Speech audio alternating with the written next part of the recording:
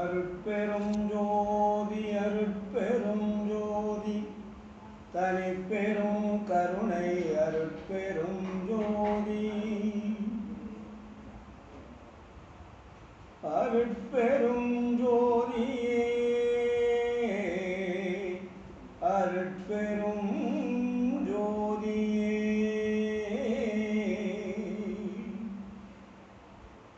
என்னாருயிரிற் கலந்து ஆடுகின்ற அருட்பெரும் ஜோதியே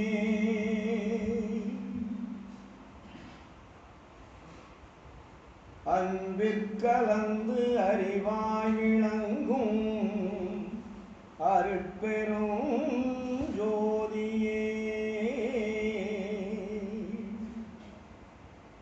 அன்பிற் கலந்து அறிவாய் விளங்கும் அருட்பெரும் ஜோதியே தெள்ளாரமுதாகி உள்ளண்ணி நிற்கும் அருட்பெரும் ஜோதியே நின்னாசை ஒன்றே என்னுள் ஆக்கின்றதே அருட்பெரும் ஜோதியே நின்னாசை ஒன்றே என்னுள் ஆக்கின்றதே அருட்பெரும் ஜோதியே அருட்பெரும் ஜோதியே அருட்பெரும் ஜோதியே அருட்பெரும் ஜோதி அருட்பெரும் ஜோதி தனிப்பெரும் கருணை அருட்பெரும் ஜோதி. ஆன்மநேய ஒருமைப்பாட்டுரிமையுடைய சகோதர சகோதரிகளே, உங்கள் அனைவருக்கும் முதற்கண் நன்றி கலந்த வணக்கத்தையும் வாழ்த்துக்களையும் தெரிவித்துக் கொள்கிறேன். இன்று வள்ளலாருடைய தாயார் சின்னம்மையனுடைய இல்லத்தில் ஒவ்வொரு மாதமும் 4வது ஞாயிற்றுக்கிழமை அன்று வள்ளலாருடைய சுத்த சன்மார்க்க கொள்கைகளை இந்த உலக மக்களெல்லாம் தெரிந்து கொள்ள வேண்டும் என்ற பெரும் கருணை கொண்டு இங்கே வள்ளலாரின் தாயார் அறக்கட்டளையின் சார்பாக, தர்மசாலையின் சார்பாக, ஞான சபையின் சார்பாக இங்கே நிகழ்ச்சி நடந்து கொண்டிருக்கிறது. இங்கே புதியவர்கள் வந்து கொண்டிருக்கிறார்கள், பழையவர்களும் வந்து கொண்டிருக்கிறார்கள். வள்ளலாருடைய கருத்துக்களை உலகம் முழுவதும் பரப்ப வேண்டும் என்ற பெரு நோக்கம் கொண்டு அருட்ஜோதி தொலைக்காட்சி நிலையமும் தவறாமல் ஒவ்வொரு மாதமும் இங்கே நடைபெறக்கூடிய நிகழ்ச்சிகளை தொகுத்து வெளியிடுவதற்காக தொடர்ந்து வந்து கொண்டிருக்கிறார்கள். அவர்களுக்கு எல்லாம் வல்ல அருட்பெருஞ்சோதி ஆண்டவர் அருள் புரிய வேண்டும். மேலும் சுத்த சன்மார்க்க கொள்கைகள் உலகம் முழுவதும் பரப்ப வேண்டும் என்ற பெரும் நோக்கம் கொண்டுதான் அருட்ஜோதி டிவி ஆரம்பிக்கப்பட்டது. பொருளாதார நெருக்கடியின் காரணமாக சென்னை வாழ் மக்கள் மட்டும் இப்பொழுது கண்டுகளித்துக் கொண்டிருக்கிறார்கள். மேலும் கம்ப்யூட்டர் வைத்திருப்பவர்கள் அருட்ஜோதி டிவியினுடைய நிகழ்ச்சிகளை பார்க்கலாம். மற்ற டிவி சேனல்களிலே இன்னும் அது ஒளிபரப்ப முடியாமல் இருக்கிறது. அதற்கு எல்லாம் வல்ல அருட்பெருஞ்சோதி ஆண்டவர் அருள் புரிந்து சுத்த சன்மார்க்கத்திற்கென்று ஒரு நல்ல சேனல் தேவை. அப்பொழுதுதான் உலகம் முழுவதும் வள்ளலாருடைய கொள்கைகளை தாங்கி சென்று ஒவ்வொரு மனித ஆத்மாவையும் தட்டி எழுப்பக்கூடிய ஒரு வாய்ப்பை உருவாக்க முடியும். அதற்கு காலம்தான் பதில் சொல்ல வேண்டும். ஏனென்றால் அதற்கு கோடிக்கணக்கான பணம் தேவைப்படுகிறது.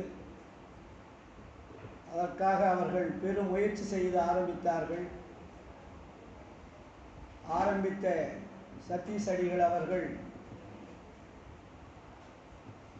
இயற்கை எய்திவிட்டார்கள். அதற்கு பின்னாடி இப்பொழுது அவருடைய குழந்தைகள், மனைவி மற்றும் நண்பர்களெல்லாம் தொடர்ச்சியாக நிகழ்ச்சி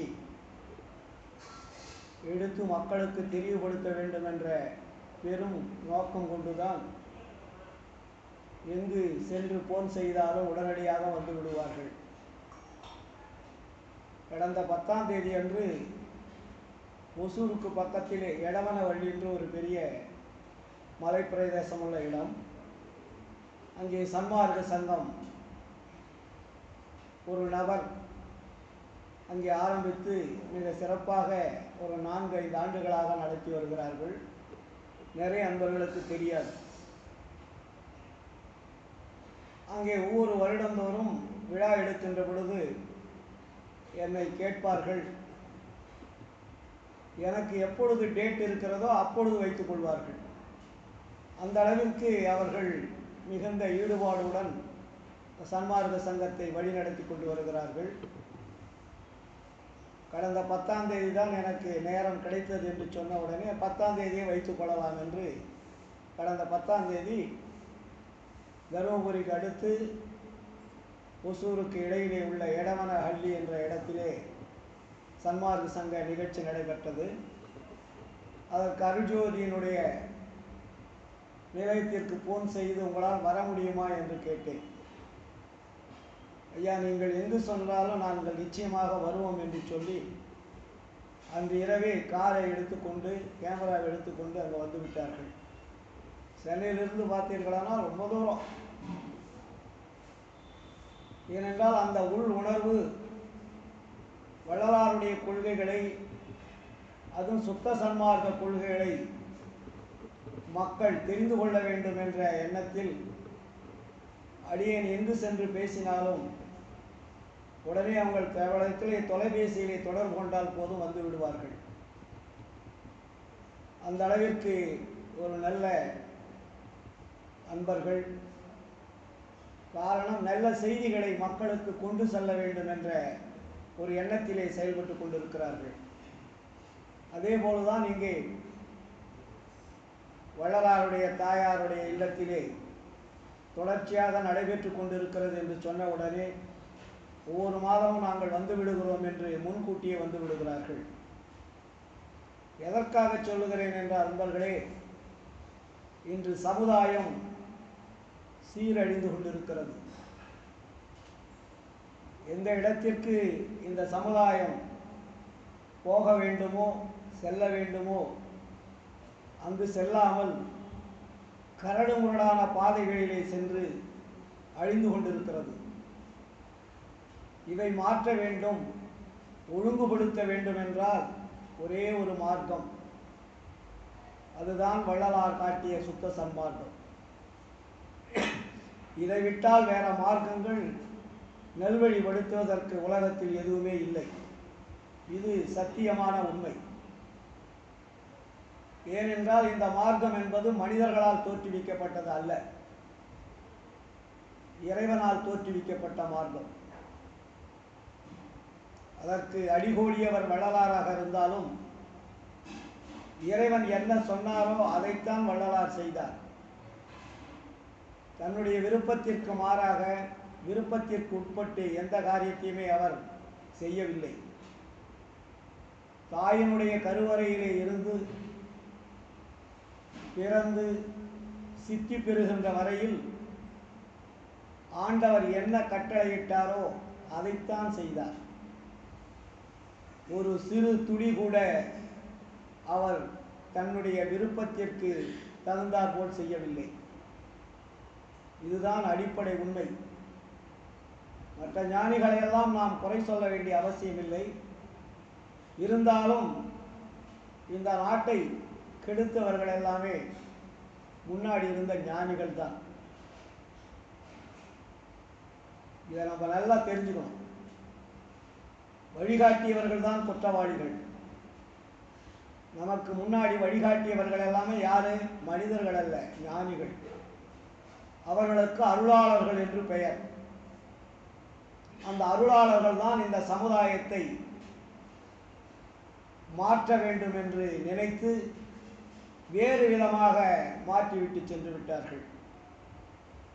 அதனால் இந்த மனித இனம் உண்மையை அறிந்து கொள்ளாமல் பொய்யான கற்பனை கதைகளை மட்டும் தெரிந்து கொண்டு கதைகளிலே வாழ்க்கையை ஓட்டிவிட்டது, கற்பனைகளிலே வாழ்க்கையை ஓட்டிவிட்டது. உண்மையை ஒரு துரும்பு கூட தெரிந்து கொள்ள முடியாத ஒரு சூழல் ஏற்பட்டது. இந்த காலகட்டத்தில் தான் இறைவனால் அனுப்பி வைக்கப்பட்டவர் தான் வள்ளலார். வள்ளலார் ஏதோ தானாக வந்து விட்டார் என்று நினைத்து விடாதீர்கள்.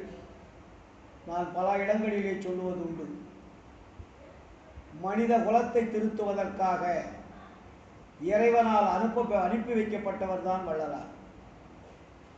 அவரே பதிவு செய்வார், அகத்தே கருத்து புறத்து வெளுத்திருந்த உலகர் அனைவரையும் சகத்தே திருத்தி சன்மார்க்க சங்கத்தை அடைவித்திட இகத்தே பரத்தை பெற்று மகிழ்ந்திடுதற்கென்றே என இந்த உகத்தே இறைவன் வருவிக்க உற்றேன் அருளை பெற்றேனே என்பார்.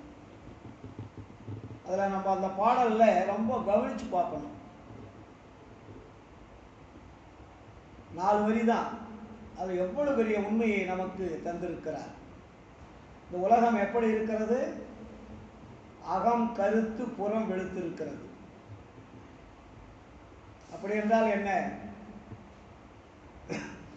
உண்மை மறைக்கப்பட்டு பொய்தான் வாழ்க்கையாக ஏற்றுக்கொண்டு வாழ்ந்து கொண்டிருக்கிறார்கள். அதுதான் அகம் கருத்து புறம் வெளுத்திருக்கிறது. அகம் வெளுத்திருக்க வேண்டும், ஆனால் இங்கே அகம் கருத்து இருக்கிறது. வள்ளல் பெருமான் தெளிவாக பதிவு செய்கிறார் அங்கே. அதுக்கப்புறம் என்ன சொல்றார்? இகத்தே பரத்தை பெற்று மகிழ்ந்ததற்கென்றே என இந்த உகத்தை இறைவன் வருவிக்க உற்றேன். இகம் பரம், புரியுதா உங்களுக்கு? இகத்தே பரத்தை பெற்று மகிழ்ந்திடுதற்கென்றே என இந்த இறைவன் வருவிக்க உற்றேன் அருளை பெற்றேன் என்கிறார். அப்போ பரலோகம் என்று ஒன்று இருக்கிறது, சத்தியலோகம் என்று ஒன்று இருக்கிறது என்றெல்லாம் நமக்கு பலவிதமான உலகங்களை இதற்கு முன்னாடி இருந்தவர்கள் காட்டியிருக்கிறார்கள். சத்தியலோகம், பரலோகம், இல்லையா? என்னென்ன லோகம்லாம் சொல்லுவாங்க. சொர்க்கலோகம், நரகலோகம், இப்படி பல லோகங்களை நமக்கு முன்னாடி இருந்த அருளாளர்கள் சொல்லியிருக்கின்றார்கள். மனிதன் இறந்து விட்டால் பரலோகத்திற்கு அனுப்பப்படுவான், சத்தியலோகத்திற்கு அனுப்பப்படுவார்கள், சொர்க்கத்திற்கு போவார்கள் என்றெல்லாம் நம்மளுடைய வேதங்கள், ஆகமங்கள், புராணங்கள் எல்லாம் சொல்லிக் கொண்டிருக்கிறது. ஆனால் வள்ளலார் இந்த பாடலிலே என்ன பதிவு செய்கிறார்? இகத்தே பரத்தை பெற்று. இகம் என்றால் என்ன? இந்த உலகத்தில் நீங்கள் வாழுகின்ற பொழுது இங்கேதான் பலத்தை பெற வேண்டுமே தவிர கண்ணுக்கு தெரியாத ஒரு பரலோகம், வைகுண்டம், சொர்க்கம் இருக்கிறது என்று நம்பி ஏமாந்து விடாதீர்கள் என்று சொல்லுகிறார். நீங்கள் இகத்தே பரத்தை பெற்று மகிழ்ந்ததற்கென்றே இந்த பிறவியிலேயே நீங்கள் உலக அதிசயங்களையும் உலக உண்மைகளையும் உலக ரகசியங்களையும் தெரிந்து கொள்ள வேண்டும் என்பதற்காக இந்த பிறவியிலேயே நீங்கள் தெரிந்து கொள்ள வேண்டும். இந்த இகத்தே நீங்கள் பரத்தை பெற வேண்டுமே தவிர நீங்கள் பரத்தில் போய் பார்க்க வேண்டிய அவசியம் இல்லை. அது உங்களுக்கு தெரியாது. கடவுள் எங்கே இருக்கிறார் என்பது தெரியுமா நமக்கு? எத்தனையோ ஞானிகள் நமக்கு வழிகாட்டி இருக்கிறார்கள். இது வெளியே கடவுள் இருக்கிற இடத்தை யாராவது சரியா சொல்லியிருக்காங்களா? ஒருத்தர் கூட கிடையாது. ஒருத்தர் சிவலோகன்றார், ஒருத்தர் வைகுண்டன்றார், இன்னொருத்தர் பரலோகன்றார், இன்னொருத்தர் சத்தியலோகன்றார், இன்னொருத்தர் என்ன சொல்றாரு, எல்லாம் வல்ல அல்லாஹ் இருக்கிற இடம்ன்றார். இப்படி ஒவ்வொரு மதங்களும் ஒவ்வொரு கடவுள் இருக்கக்கூடிய இடங்களை சொல்லிக் கொண்டிருந்தது. அதிலே இந்து வேதாகமங்கள் அதிகமான இடத்தை சுட்டி காட்டியது. ஏன்னா இந்து மதத்தில் பார்த்தீங்கன்னா சைவத்துக்கு ஒரு இடம், வைணவத்திற்கு ஒரு இடம். சைவம் சொல்றது வைணவம் ஏற்றுக்காது, வைணவம் சொல்றது சைவம் ஏற்றுக்காது. அதே போலதான் கிறிஸ்துவ மதம் சொல்றதை இஸ்லாம் மதம் ஏற்றுக்காது, இஸ்லாம் மதம் சொல்றதை கிறிஸ்துவ மதம் ஏற்றுக்காது. இந்த ரெண்டு மதம் சொல்லுவதை நம்மளுடைய இந்து மதம் ஏற்றுக்காது. இப்படி மதங்களுக்குள்ளேயே கடவுளுடைய உண்மையை தவறான வழியிலே சொல்லி நான் சொல்லுவதுதான் சரி, நான் சொல்லுவதுதான் சரி என்று போட்டி போட்டு மனித இனத்தை அழித்துக் கொண்டிருந்தார்கள். மனித இனத்தை அழித்துக் கொண்டிருப்பது சாதாரணமாக அழியவில்லை. ஜாதி, சமயம், மதம் என்ற கடவுள் கொள்கையினால் தான் இந்த சமுதாயம் அழிந்து கொண்டிருக்கிறது என்று வள்ளலார் பட்டியலிடுகிறார். இல்லையா? பேருற்ற உலகில் ஒரு சமய மத நெறியலாம், பேய்பிடிப்புற்ற பிச்சு பிள்ளை விளையாட்டு என்று உணர்ந்திடாது உயிர்கள் பலவேதமுற்று அங்கும் இங்கும் போருற்று இறந்து வீண் போயினர். இந்த உலகம் எப்படி அழிந்து கொண்டிருந்தது?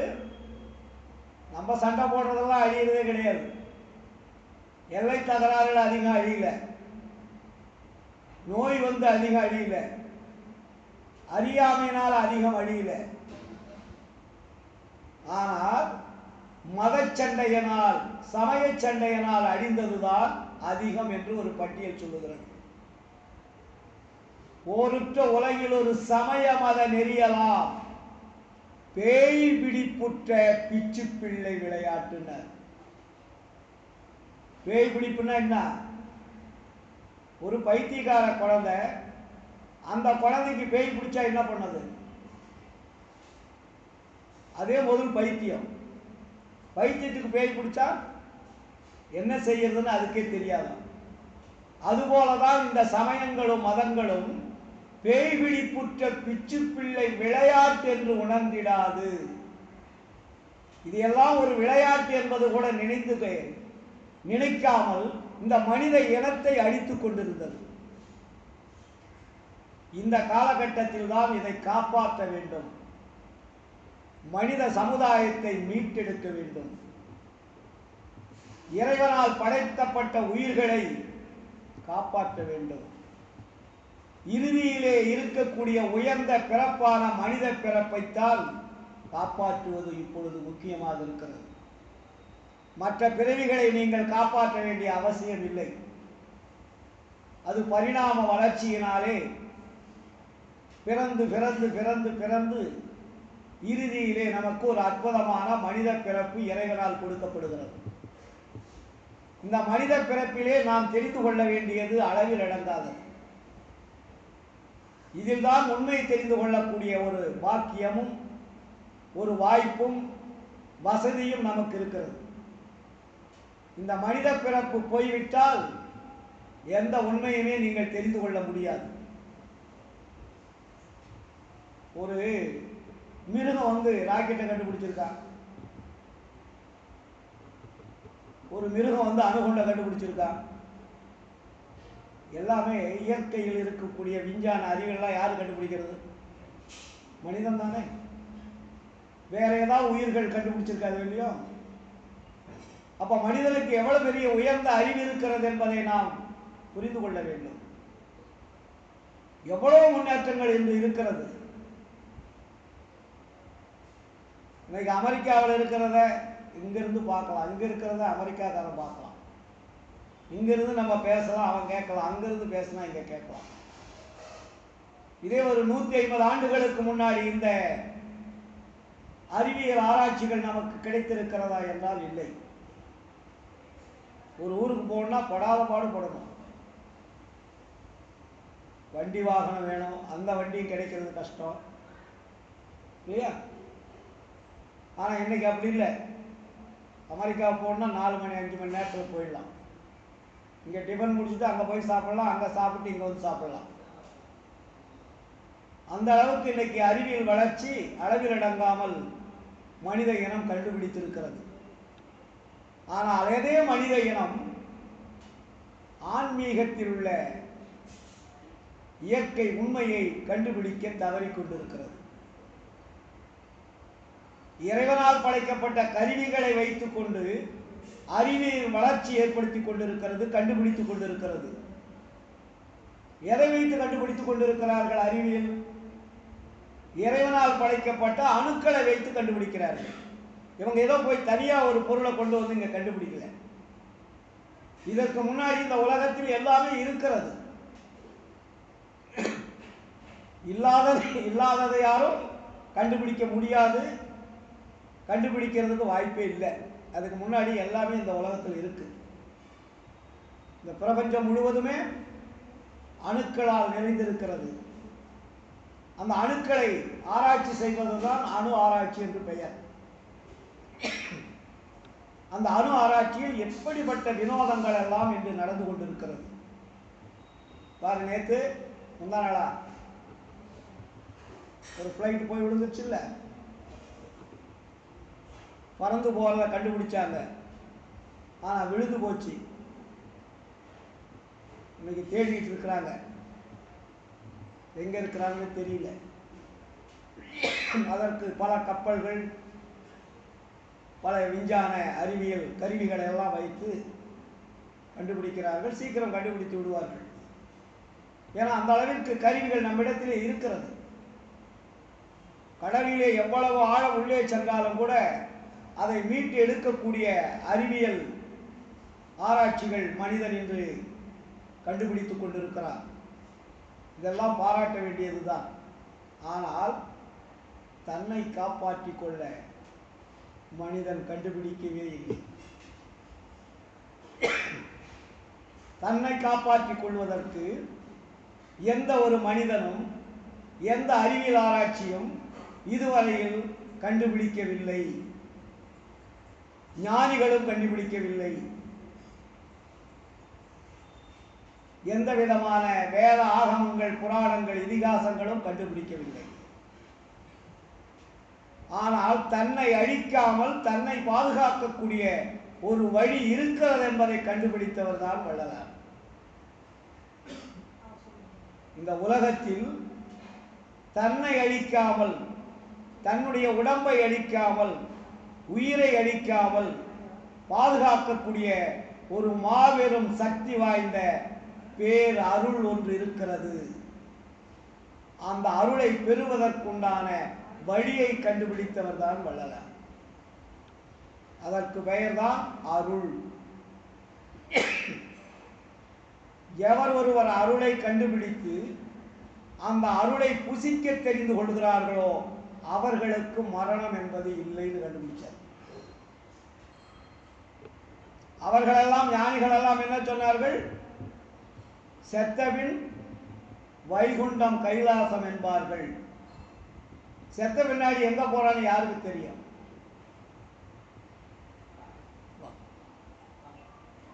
யாருக்காவது செத்த ரூபாய் எங்க அப்பா இங்க இருக்கிறாரு பேசினாருன்னு தெரியுமா? எங்க தாத்தா இங்க இருந்தாரு எங்க கூட பேசிட்டு இருக்காருன்னு சொல்ல முடியுமா? நேற்று வரையில் என்னுடைய நண்பர் என்னுடன் பழகி கொண்டிருந்தார், இப்பொழுது மறந்து விட்டார், மறைந்து விட்டார், நான் அவரிடத்திலே நாளையிலிருந்து தொடர்பு கொள்வேன் என்று உங்களால் சொல்ல முடியுமா? யாராலையுமே சொல்ல முடியாது. இருக்கின்ற வரையிலே நாம் தொடர்பு கொண்டு பேசுகிறோம், இருக்கின்ற வரையிலே ஒருவரோடு இணைந்து கொள்ளுகிறோம். ஆனால் மரணம் வந்துவிட்டால் நாம் யாரையுமே பார்க்க முடியவில்லை, தொடர்பு கொள்ள முடியவில்லை. ஏன் இந்த அவல நிலை? ஏன் இதற்கு ஒரு வழி இந்த உலகத்தில் எந்த ஞானியும் சொல்லவில்லை, எந்த அருளாளர்களும் சொல்லவில்லை, எந்த விஞ்ஞான அறிவியல் ஆராய்ச்சியும் கண்டுபிடிக்கவில்லை? இதைத்தான் வள்ளலார் நமக்கு தெளிவுபடுத்துகிறார். மனிதர்களே, நீங்கள் இறைவனால் படைக்கப்பட்ட ஒரு ஆற்றல் மிக்க ஆன்மா, சாதாரணமான ஆன்மா இல்லை. இந்த உலகத்தையே பாதுகாக்கக்கூடிய சக்தி உடைய ஆன்மா உங்களிடத்தில் இருக்கிறது. அதற்கு பெயர் உள்ளொளி. இவ்வளவு பெரிய ஆற்றல், இறைவனுக்கு உண்டான ஆற்றல் உன்னிடத்திலே இருக்கிறது. இறைவனுக்கு மட்டும் அந்த ஆற்றல் அல்ல, இறைவனுக்கு உண்டான ஆற்றல் அத்தனையும் மனிதனுக்கு உண்டு என்று கண்டுபிடித்தார் வள்ளலார். அப்ப அந்த மனித ஆன்மா என்பது இறைவனுக்கு சமநிலை உடையது. நல்லா புரிஞ்சுக்கணும் நம்ம சன்மார்க்கிகள். ஏனென்றால் வள்ளலாருடைய கொள்கைகளை வள்ளலாருடைய கொள்கையில் இருப்பவர்களுக்கே தெரியாமல் உண்மையை மூடி மறைப்பது மட்டுமல்லாமல் உளறிக்கொண்டு சென்று விட்டார்கள். இதுவரையிலே 150 ஆண்டுகளாக சன்மார்க்கத்திலே இருக்கக்கூடிய சன்மார்க்கிகளே வள்ளலாருடைய கொள்கைகள் உண்மையானது எதுவென்று தெரிந்து கொள்ளாமல் மக்களை குழப்பிக் கொண்டே இருந்து விட்டார்கள். அதனால் மக்கள் உண்மை தெரியாமல் இருக்கிறார்கள். ஏனென்றால் சன்மார்க்கத்திற்கு வருபவர்கள் கூட சமய மதத்தை சார்ந்தவர்களாகத்தான் இருக்கிறோம். ஏனென்றால் நாம் எல்லோரும் ஒரு சமயத்தையோ மதத்தை சார்ந்தவர்கள் தான். யாரும் புதுசா நம்ம வரல. இப்போ நீங்க ஒரு ஸ்கூல் சர்டிஃபிகேட்ல இந்திய கவர்மெண்ட், தமிழ்நாடு கவர்மெண்ட் கேட்டா என்ன சொல்லுவீங்க? எந்த மதத்தை சார்ந்தவர்கள் அப்படின்னு கேட்டா உடனே இந்து மதத்தை சார்ந்தவர்கள், இஸ்லாம் மதத்தை சார்ந்தவர்கள், கிறிஸ்தவ மதத்தை சார்ந்தவர்கள், புத்த மதத்தை சார்ந்தவர்கள் என்று நீங்கள் ஏதோ ஒரு சார்ந்துள்ள மதத்தை தான் உங்களுடைய சர்டிஃபிகேட்ல எழுதுறீங்க. ஜாதி இல்லையா? அப்ப இதையெல்லாம் ஏதோ ஒன்று சார்ந்துதான் நாம் இதுவரையிலே வாழ்ந்து கொண்டிருந்தோம். இதுவரையில் சார்ந்ததமோடு மட்டாமல் சன்மார்க்கத்தில் வந்தும் இன்னும் ஒன்றொன்றை சார்ந்து கொண்டுதான் இருக்கிறோம். அதிலிருந்து நம்ம விடுபடுறதுக்கு வாய்ப்பே இல்லாமல் இருக்கும். ஏனென்றால் அந்த அளவிற்கு நமக்கு உண்மை எடுத்து சொல்லுவதற்கு ஆளு கிடையாது. இந்த சமுதாயத்தில் உண்மையை எடுத்து சொல்வதற்கு எந்த மதமும் தயாரா இல்லை. மதத்தில் இருக்கக்கூடிய மதவாதிகளும் தயாரா இல்லை. வள்ளலாருடைய சுத்த சன்மார்க்க கொள்கையை இந்த உலக மக்களுக்கு விரித்து அழகுபடுத்தி மக்களுக்கு தெளிவுபடுத்திய வள்ளலாருடைய கொள்கையில் இருப்பவர்களும் எடுத்து சொல்வதற்கு தயாராக இல்லை. ஏனென்றால் குழப்பிக் கொண்டே இருக்கிறார்கள். ஆனால்தான் வள்ளலார் திருவருட்பாவிலே மிக தெளிவாக எளிய நடையிலே எல்லோரும் புரிந்து கொள்ளக்கூடிய அளவிற்கு எழுதி வைத்திருக்கிறார். இதில் யாருமே கஷ்டப்பட வேண்டிய அவசியம் இல்லை. இன்னொருத்தரை போய் கேட்டுதான் இதுக்கு விளக்கம் பெறணுன்ற அவசியம் இல்லை. ஏன்னா நமக்கு அறிவு அண்டண்டங்களையும் கடந்து செல்லக்கூடிய ஆற்றல் மிகுந்த அறிவு நம்மகிட்ட இருக்கு.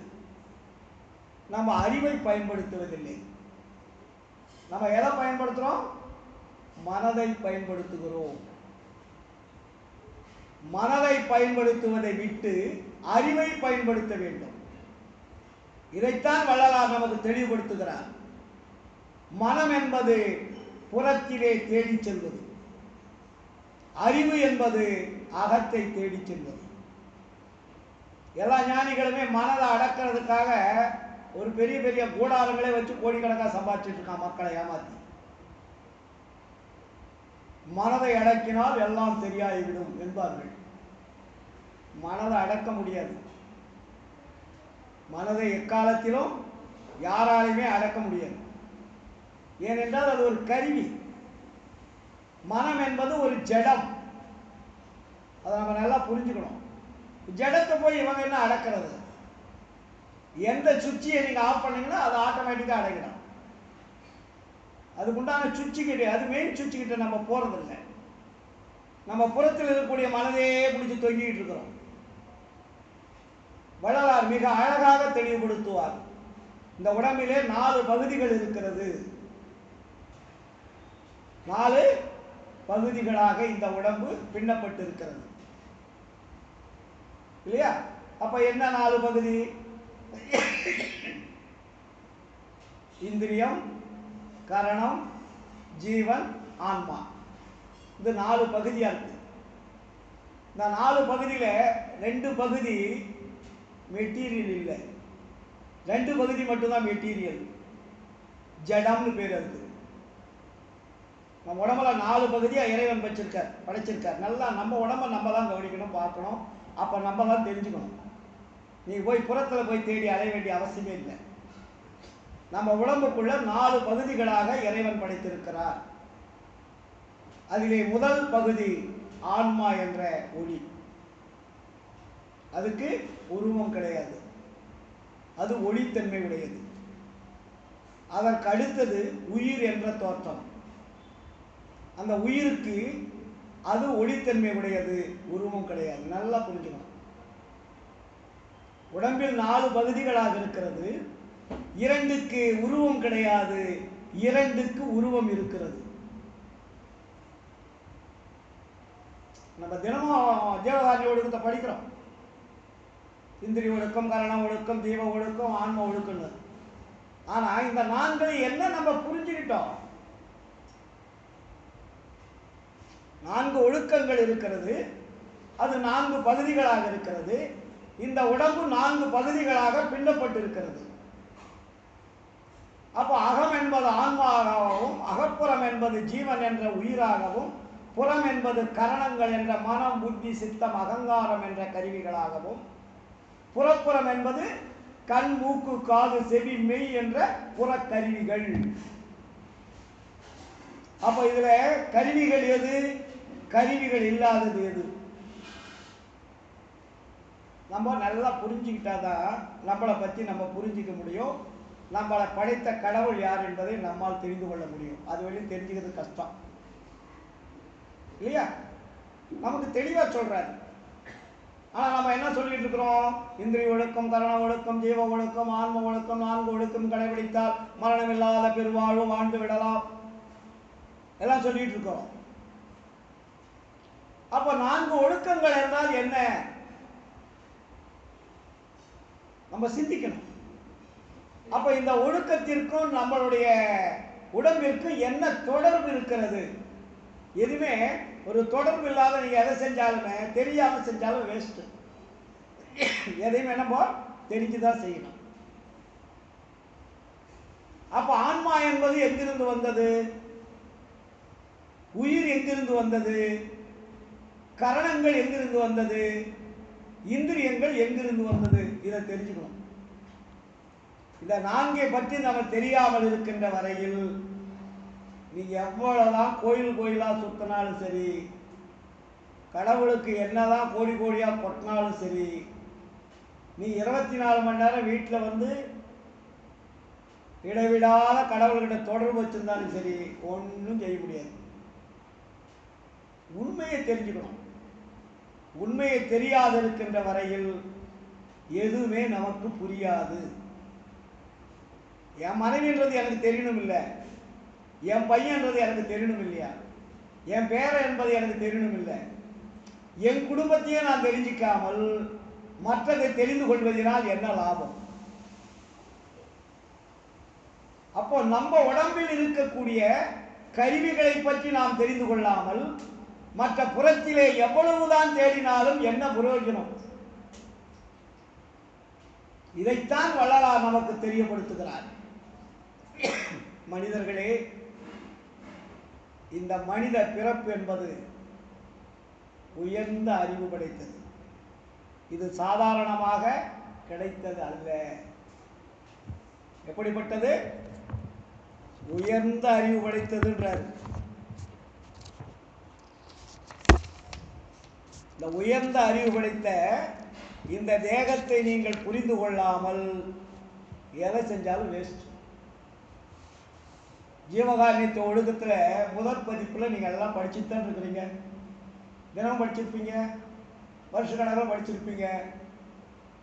என்ன அதில் புரிஞ்சுக்கிட்டீங்க? தெளிவாக சொல்றார். ஜீவகாருண்ய ஒழுக்கமே கடவுள் வழிபாடு. எடுத்த உடனே அதான் போடுறேன்.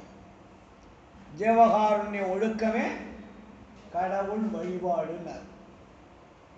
அப்போ ஜீவகாருண்ய ஒழுக்கம் கடவுள் வழிபாடுனா என்ன?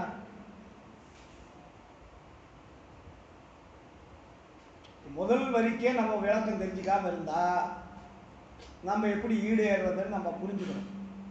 ஃபஸ்ட்டு இந்த உரைநடை பகுதியில் முதலாக வள்ளலார் அவர்கள் எழுதும்போது ஜீவகாருண்யத்தை ஒழுக்கத்தை எழுதி தர்மசாலையிலே தொங்க விட்டிருக்கார். 4 ஒழுக்கங்களை பற்றி தெளிவாக நமக்கு முதல் உரைநடை பகுதி அதுதான். அந்த உரைநடை பகுதியில் நம்ம அவசியமா ஒவ்வொரு வரிகளையும் நம்ம உண்மையை தெரிந்து உணர்ந்தால் மட்டும்தான் நம்ம மேல்நிலைக்கு போக முடியும். அது வேண்டி போகிறது கஷ்டம்.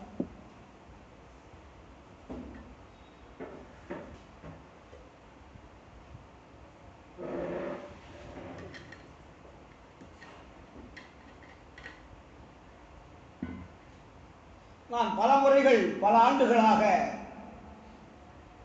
ஜீவகாருண்ய ஒழுக்கம் என்றால் என்ன என்ன என்ன என்பதை தேடி தேடி தேடி ஒரு ஆயிரக்கணக்கான தடவை படிச்சிருப்பேன். ஒரு தடவை 2 தடவை இல்லை, குறைந்தது ஆயிரக்கணக்கான தடவை இதில் படிச்சிருப்பேன். ஒவ்வொரு தடவை படிக்கின்ற பொழுதும் ஒவ்வொரு விதமான விளக்கம் கிடைக்கும். முதல் படித்தா என்ன ஜீவகாருண்ய ஒழுக்கன்றாரு, ஜீவகாருண்ய ஒழுக்கம்னா பசித்தவங்களுக்கு சோறு போடணும் அப்படின்னு தான் நம்ம எல்லாரும் பண்ணிட்டு இருக்கோம். அதுக்கப்புறம் படித்தா ஜீவகாருண்ய ஒழுக்கத்தில் 4 பிரிவாக சொல்கிறாரு. அதில் என்ன இந்திரிய ஒழுக்கம், கரண ஒழுக்கம், ஜீவ ஒழுக்கம், ஆன்ம ஒழுக்கம்னு சொல்கிறாரு. அப்போ சோறு போடுறது எந்த ஒழுக்கம் நம்ம கேள்வி கேட்கணும். 4 ஒழுக்கம் சொல்லிட்டாரு. அப்போ சோறு போடுறது எந்த ஒழுக்கத்தை சார்ந்தது? இப்போ நம்ம எல்லா சன்மார்க்க சங்கங்களிலும் சோறு போடாத சங்கமே கிடையாது இல்லைங்களா? அப்போது சோறு போடுறது என்ன ஒழுக்கம்? அதுதான் இந்திரிய ஒழுக்கம். இந்திரிய ஒழுக்கம் என்பது உயிர்களுக்கு உபகாரம் செய்வது.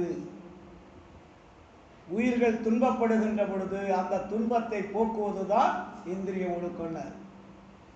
அது எதில் செய்கிறீங்க? நீங்கள் கருவிகளால் செய்கிறீர்கள். இந்திரிய ஒழுக்கம் எதில் செய்ய முடியும்? 5 புலன்களால் தான் செய்ய முடியும். தண்ணி எடுப்பா, கை போகுது. சாப்பாடு செய், 5 வகைகள் வேலை செய்யுது இல்லையா?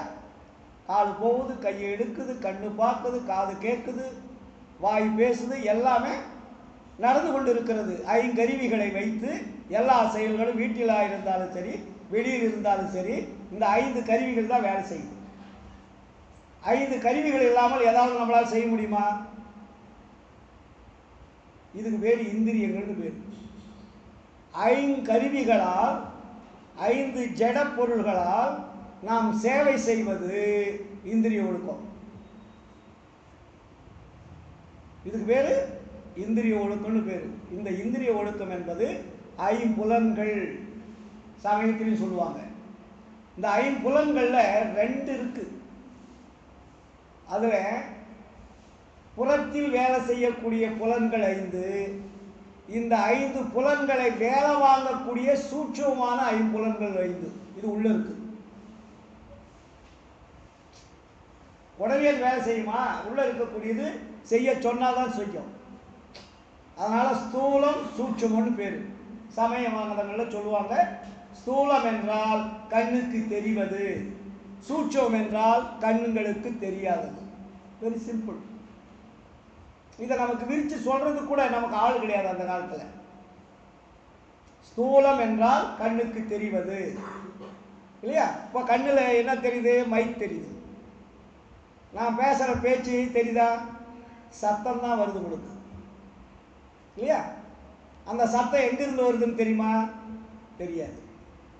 அப்போ இந்த மைக்குக்குள்ள என்னுடைய சவுண்டு போகுது, உங்களுக்கு கேட்குது. அப்போ சவுண்டுக்கு என்ன உருவம் இருக்கா? சப்தம் தான் உருவம். ஆனால் சப்தத்தை உருவமாக காட்ட முடியுமா?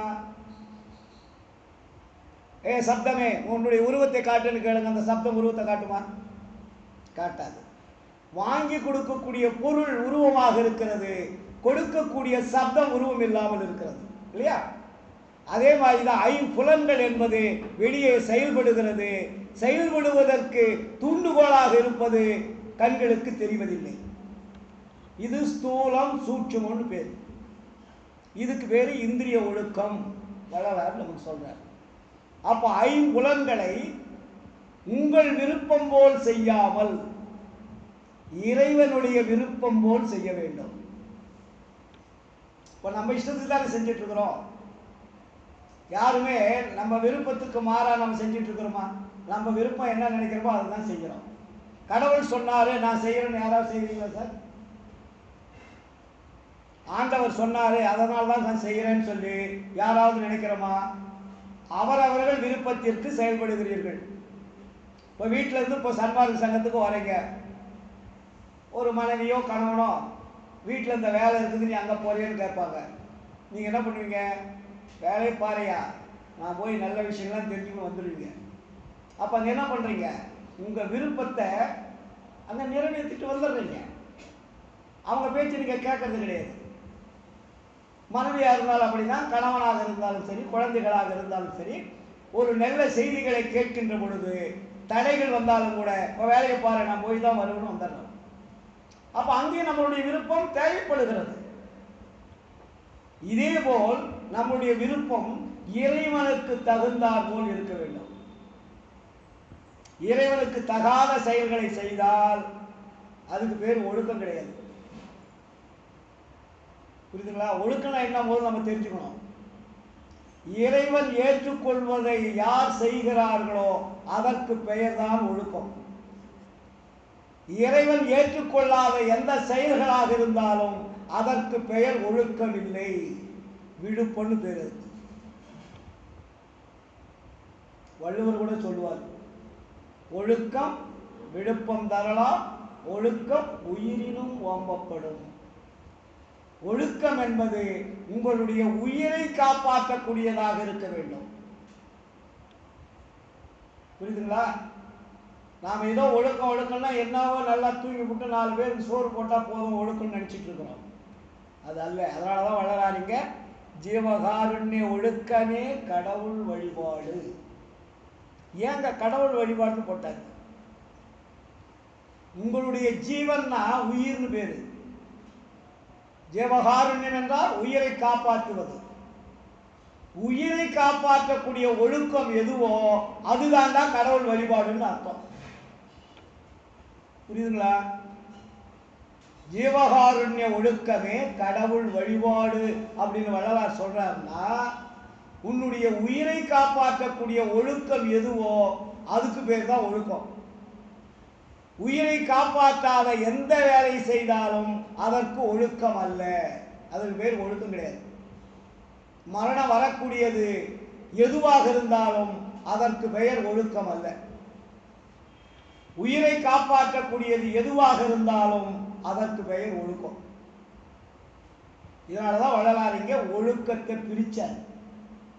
ஒழுக்கம் என்பது 4 வகையாக இருக்கிறது. ஒன்று, புறத்திலே இருப்பது இந்திரியங்கள். இந்த இந்திரியங்கள் என்ற கருவிகளை உங்கள் இஷ்டம் போல் செயல்படுத்தாமல் கடவுள் சொல்லுவதை கேட்டு செயல்படுத்த வேண்டும். அப்ப கடவுள் சொல்படி கேட்கணும்னா கடவுள் எங்க சார் இருக்காரு?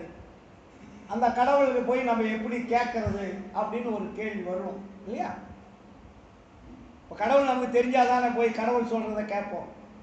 இதுக்கு முன்னாடி சொல்லியிருந்த கடவுள்கள் எல்லாமே பொய்யான கடவுள்கள். எந்த கடவுளை போய் கேட்பீங்க? சிவனை போய் கேட்பீங்களா? பெருமாளை கேட்பீங்களா? விநாயகரை கேட்பீங்களா? ஆதிபராசக்தி கேட்பீங்களா? இல்லையா? ஆளாளுக்கு ஒரு கூட்டம். எந்த கூட்டத்தை போய் கேட்டால் எந்த கூட்டத்துக்கு கடவுள் உங்களுக்கு கரெக்டான பதில் சொல்ல போறாரு? இல்லை போய் இயேசுவை கேட்பீங்களா? இல்லை அல்லாவை போய் கேட்பீங்களா? இல்லை புத்தரை போய் கேட்பீங்களா? ஆளாளுக்கு ஒரு கடவுளை சொல்றாங்க. அப்போ எந்த கடவுள் உண்மையான கடவுள்னு தெரியாம நீங்க எந்த கடவுளை போய் கேட்டு வேலை செய்ய போறீங்க? இங்கதான் வள்ளலார் வைக்கிறார். நீங்கள் எந்த கடவுளையும் புறத்தில் போய் கேட்காதீர்கள். புறத்தில் கடவுள் உங்கள் கண்களுக்கு தெரிய மாட்டார். எந்த கடவுளுமே புறத்தில் இந்த ஊனக்கண்களுக்கு இறைவன் தெரிய மாட்டார். ஆதலால் நீங்கள் புறத்தில் உள்ள கடவுள்களை தேடாதீர்கள், தேடி அலையாதீர்கள். உங்க உடம்பிலே இறைவன் இருக்கிறார். வேற எங்கேயும் போய் நீங்க தேட வேண்டிய அவசியம் இல்லை. உங்க உடம்பிலே இறைவன் இருக்கிறார். அந்த இறைவனை தொடர்பு கொள்ளுங்கள். நம்ம உடம்புல எங்க சார் இறைவன் இருக்கார்? நம்ம கேள்வி கேட்கணும்.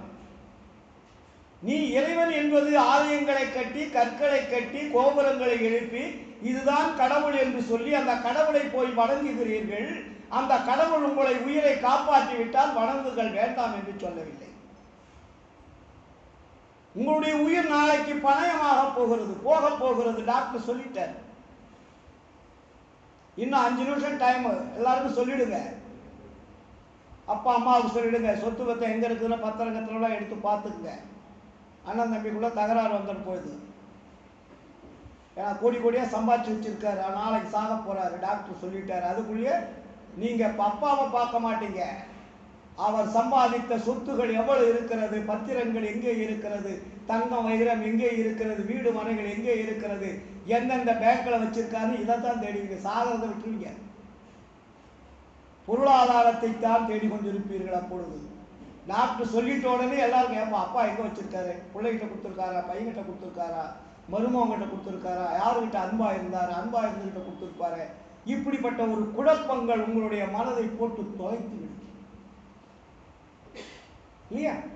அப்போ அந்த உயிரை போகின்ற பொழுது உயிரை காப்பாற்ற முடியாத ஒரு தெய்வம் இருந்தால் என்ன, அது இல்லாவிட்டால் என்ன? உங்க உயிரை காப்பாற்ற தெய்வம் இந்த உலகத்தில் இருந்தா என்ன, இல்லாட்டி குடி நோண்டி புதைச்சாதான் என்ன சார்? இதைத்தான் வள்ளலார் கேட்கின்றார். ஏ மனிதர்களே, தெய்வங்கள் பல பல சிந்தை செய்வாரும், சேர்கதி பல பல செப்புகின்றாரும், பொய் வந்த கலைபல புகன்றிடுவாரும், பொய் சமயாதியை வெச்சுகின்றாரும், மெய் வந்த திருவருள் விளக்கம் ஒன்றெல்லாம் வீண்கழிக்கின்றார். எய் வந்த துன்பொழித்து அவர்க்கு அறிவு அருள்வீர், எனை பண்ணி எழுப்பிய இன்பம் தந்தீரே. இந்த தெய்வங்கள் எல்லாம் இந்த உயிரை காப்பாற்ற முடியாமல் இருக்கின்றதே. கற்களாகவும் மண்ணாகவும் செம்பாகவும் தங்கமாகவும் 5 பஞ்சபூதங்களாகவும் 5 பொன்களாகவும் கட்டடங்களை கட்டி கோபுரமாக எழுப்பி ராஜாக்களுடைய பெயரும் ஞானிகளுடைய பெயரும் விளங்குவதற்காக ஒரு 5000 ஆண்டுகளாக ஆலயங்கள் நின்று கொண்டிருப்பதால் அந்த ஆலயங்களிலே உள்ள கடவுள் உண்மை என்று சொல்லிவிட முடியுமா?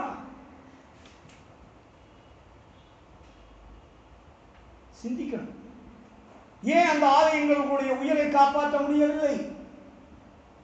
தினந்தோறும் வழிபாடு செய்கின்றீர்கள், தினந்தோறும் ஆலயங்களுக்கு செல்லுகின்றீர்கள்.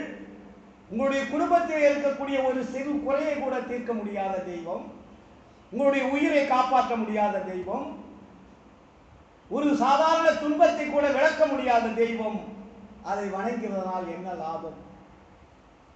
இதைத்தான் வள்ளலார் ஜீவகாருண்யத்திலே முதன்மையாக ஒரு பதிவு கொண்டார். என்ன சொல்றாருங்க?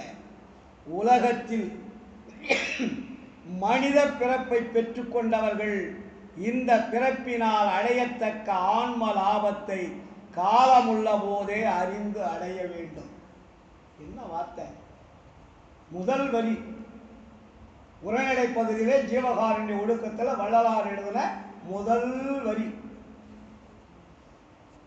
உலகத்தில் மனித பிறப்பை பெற்றுக்கொண்டவர்கள் இந்த பிறப்பினால் அடையத்தக்க ஆன்ம லாபத்தை காலமுள்ள போதே அறிந்து அடைய வேண்டும்.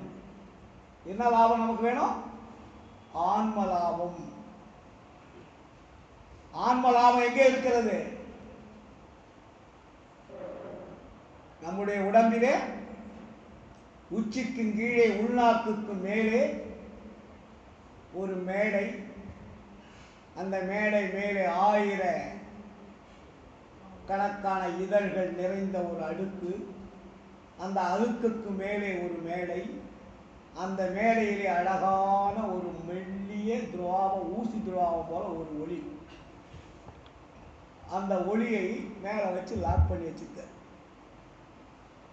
அதுக்கு கீழே பார்த்தீங்கன்னா சிறுமூளை, பெருமூளை, அதுக்கு மேலே ஒரு டாப். அவ்வளோ அழகாக அது பாதுகாப்பான இடத்துல நம்ம தலைபாகத்தில் வச்சிருக்கு. அந்த ஒளியை இது வெளியே யாராவது பார்த்துருக்குறோமா? நம்ம உடம்புல தானே இருக்கு. நம்ம உடம்பில் உள்ள நம்ம இயக்கக்கூடிய அந்த ஆன்மா என்ற ஒளியை நாம் பார்க்க முடியாமல் இருக்கிறோம். ஆனால் புறத்திலே போய் கடவுள் என்று அங்க பிரதட்சம் செஞ்சுட்டு இருக்கிறீங்க. நம்ம நினைச்சு பார்த்தோமா? அப்போ நம்மை எந்த அளவிற்கு இந்த சமுதாயம் முட்டாள்களாக ஆக்கியிருக்கிறது, அறியாதவர்களாக ஆக்கியிருக்கிறது. உன்னிடத்தில் உள்ள உன்னை இயக்கக்கூடிய அந்த மெய்ப்பொருள் என்ற ஆன்மாவை நீ கண்டுகொள்ளாமல், அதற்கு வழிகாட்டாமல் ஆலயங்களை கட்டி வைத்து என்ன லாபம்? சிற்பங்களை வைத்து என்ன லாபம்? சிந்திக்கணும். இதைத்தான் வள்ளலார் இங்கே மிக தெளிவாக நமக்கு பதிவு செய்கின்ற பொழுது, உலகத்தில் மனித பிறப்பை பெற்றுக்கொண்டவர்கள் இந்த பிறப்பினால் அடையத்தக்க ஆன்ம லாபத்தை காலம் உள்ள போதே அறிந்து அடைய வேண்டும் போட்டார். அப்போ அந்த ஆன்ம லாபம் எது என்று அறிய வேண்டில் கேள்வி கேட்டு பதில் சொன்ன ஒரே ஒரு ஞானி உலகத்திலே வள்ளலார் தான். நமக்கெல்லாம் கேள்வி கேட்கவும் தெரியாது, பதில் சொல்லவும் தெரியாது. எந்த ஞானிக்குமே தெரியாது. கதை தான் சொல்லியிருக்காங்க எல்லாம். ஆனா கேள்வி கேட்டு யாராவது பதில் சொல்லியிருக்காங்களா?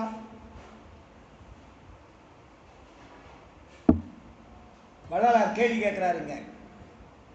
ஆன்ம லாபம் சொல்லிட்டோம்.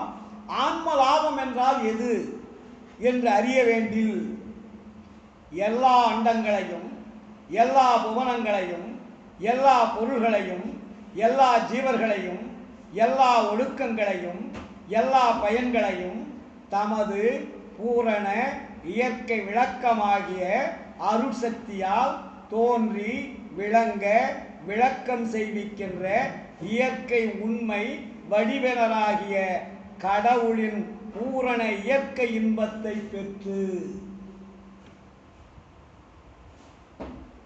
ஆன்ம லாபம் என்பது எதுன்றதுக்கு விளக்கம் எப்படி கொடுக்கிறார் பாருங்க. அருட்சக்தியால் தோன்றி விளங்க விளக்கம் செய்விக்கின்ற இயற்கை உண்மை வடிவனராகிய. கடவுளுக்கு பேர் வைய வள்ளலார் என்ன வைக்கிறாருங்க? இயற்கை உண்மை. நல்லா ஞாபகம் வச்சுங்க. கடவுளுடைய வடிவம் எப்படி இருக்கிறதா?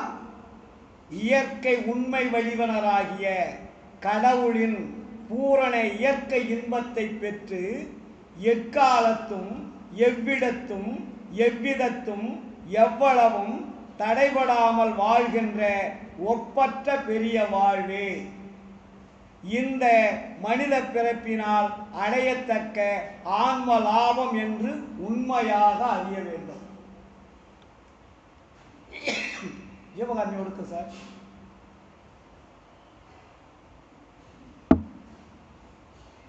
எளிய தமிழ் தான் இருக்கு. இதுல ஏதாவது கன்ஃபியூஷன் இருக்கா? அப்போ கடவுள் எங்கே இருக்கிறார்?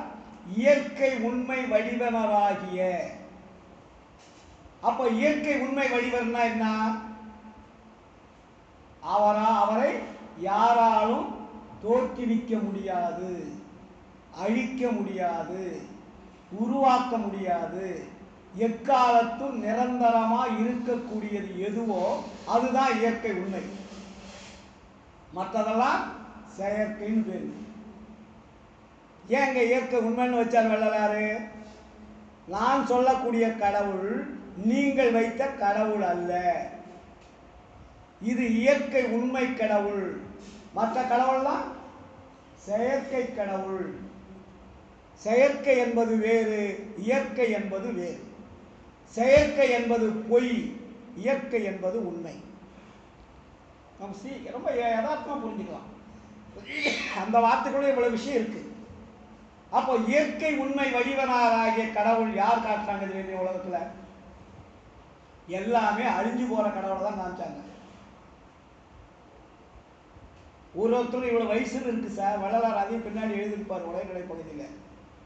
பிரம்மாவுக்கு எத்தனை ஆயிரம் வயசு, விஷ்ணுக்கு எவ்வளவு வயசு, சங்கரனுக்கு எத்தனை வயசு, சதாசிவனுக்கு எத்தனை வயசு, எல்லாருக்கும் ஒரு வயசு வச்சிருக்காரு. அந்த வயசு முடிஞ்சோடனே அவங்க ஆப்சென்ட். அழிஞ்சு போயிடுவாங்கன்னு அர்த்தம். ஆனா வள்ளலார் காட்டிய கடவுள் என்றும் உள்ளவர். அவர் யாரும் தோற்கடிக்க முடியாது, அழிக்கவும் முடியாது, மாற்றவும் முடியாது. அந்த கடவுள் தான் எங்கே இருக்கிறார்? உங்க உடம்புல இருக்கார். எங்க கொண்டாந்து வைக்கிறார் பாருங்க. அந்த கடவுளை போய் நீங்க வெளியே தேட வேண்டிய அவசியம் இல்லை. அந்த தகுதி உள்ள தன்மை உடையதுதான் உங்க உடம்பில் இருக்கக்கூடிய உள்ளொளி. அந்த இயற்கை உண்மைக்கும் உங்களுடைய ஆன்மாவுக்கும் வேறுபாடு கிடையாது. புரியுதுங்களா? அது என்ன தன்மையோ அதே தன்மை தான் உங்களுடைய உடம்பில் உள்ள ஆன்மாவினுடைய தன்மை. அப்போ நீங்க வெளியில போய் கடவுளை தேடலாமா? இயற்கை உண்மை எதுவோ அந்த இயற்கை உண்மைதான் உன்னுடைய ஆன்மா. அது சிற்றணு வடிவினன்.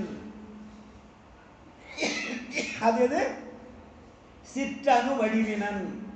அது அணு துகளாக ஒளியாக இருக்கிறது. அது உங்கள் கண்களுக்கு தெரியாது. கடவுள் எப்படி கண்களுக்கு தெரியாதோ அதேபோல் உங்களுடைய உடம்பில் இருக்கக்கூடிய உங்களை இயக்கக்கூடிய அந்த சிற்று அணு ஒளி என்ற ஆன்மாவும் உங்கள் கண்களுக்கு தெரியாது. இது வெளியே ஆன்மாவை யாராவது பார்த்துருக்கீங்களா?